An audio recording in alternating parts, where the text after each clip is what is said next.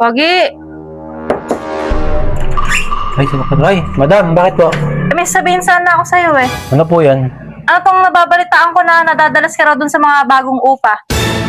Ay, sino po ba ma'am nagsabi? Eh, hindi na importante yun. Totoo ba yun na nagagawi ka daw dun sa may mga bagong nakaupa na mga estudyante pa daw, pinupuntahan mo? Ay, yung mga babae po ma'am doon? Oo, yung mga babae doon, yung mga bago.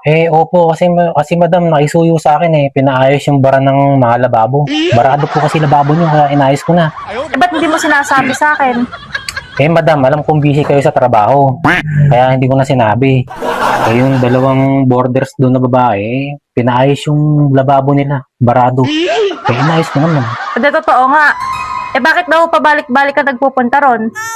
Ma'am, tawag ng tawag sa akin kasi yung Totoo yan. lababo nila, baradong barado. lang yan. Nagpatanggal ng sapot, saka malumot na yung lababo nila. Oh, ang dami mong dahilan, Pogi. Hindi ka na nagsasabi sa akin. Pagka ganun dapat, sasabihin mo sa akin. Sasabihin ko nga ma'am sana sa inyo, lagi ka naman ma'am busy. Saka ako naman, sabi niyo ma'am, ako mamahala sa paupahan niyo. Ayun nga eh. Ikaw ang pinapamahala ko sa paupaan. Iba naman yata yung inaasikaso mo. Ay, grabe naman po. Hindi naman po. Hindi naman. Eh, paano yan? Asan yung binayad nila sa'yo? Oh shit, not Huwag good. mo sabihing patong na naman yung ibinayad. Kaya ka ganyan. Ma'am, wala ma'am silang pera wala naman naman akong magawa. Kaya, patong na lang daw yung bayad. Ako naman po ma'am naawa naman ma'am ako. Kaya, pinapatong na lang binigay sa ano. Puro ka awa. Eh, paano naman ako?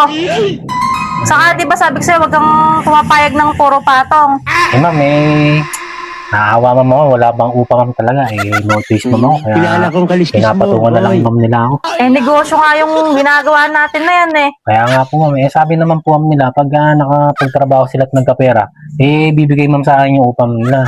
Sa ngayon ma'am, pinapatungan ko lang po ma'am. Kailan po magtatrabaho yung mga yun? Eh, mga estudyante nga. Ay, naku, ikaw naman talaga, Pogi, oo. Huwag mong hinahayaan na gano'n. Dapat sasabihin mo sa akin. Kaya nga po, may busy ka ma'am sa trabaho lagi. Paano yan? Patong na nga lang din yung binabayad mo sa akin dito, tapos tumatanggap ka naman ng patong sa iba. Sana all. Paano naman ako niyan? Sige po ma'am, di na ako tatanggap ng patong pag nagbayad mo ma'am sila sa apartment niyo. Naku, dapat lang. Siguro nung nakaraan, ganyan yung ginawa mo, ano? Kaya kulang yung binibigay mo. Tumatanggap pa siguro ng patong. Oo po ma'am, tumatanggap po ma'am ako ng patong. Kasi ma'am, naaawa ko, wala silang pambayad. Kaya pinapatungan na lang ma'am nila. Pagka ganyan ka lang ganyan, lumipat ka na lang doon sa tindahan. Napaalis yun na ako ma'am.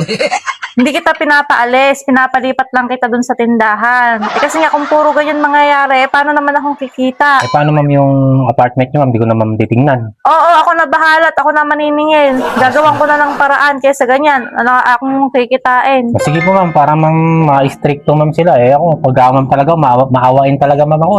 Pag wala talaga silang pambayad ma'am, lalo na yung mga bago patong yung inaalok sa akin. Ay, nako, Pogi. Pero mangangako na ako, hindi na ako tatanggap ng patong. Hindi na, basta. Ililipat na lang kita doon. Ako na bahala. Saka doon ka na lang muna tumuloy sa bahay.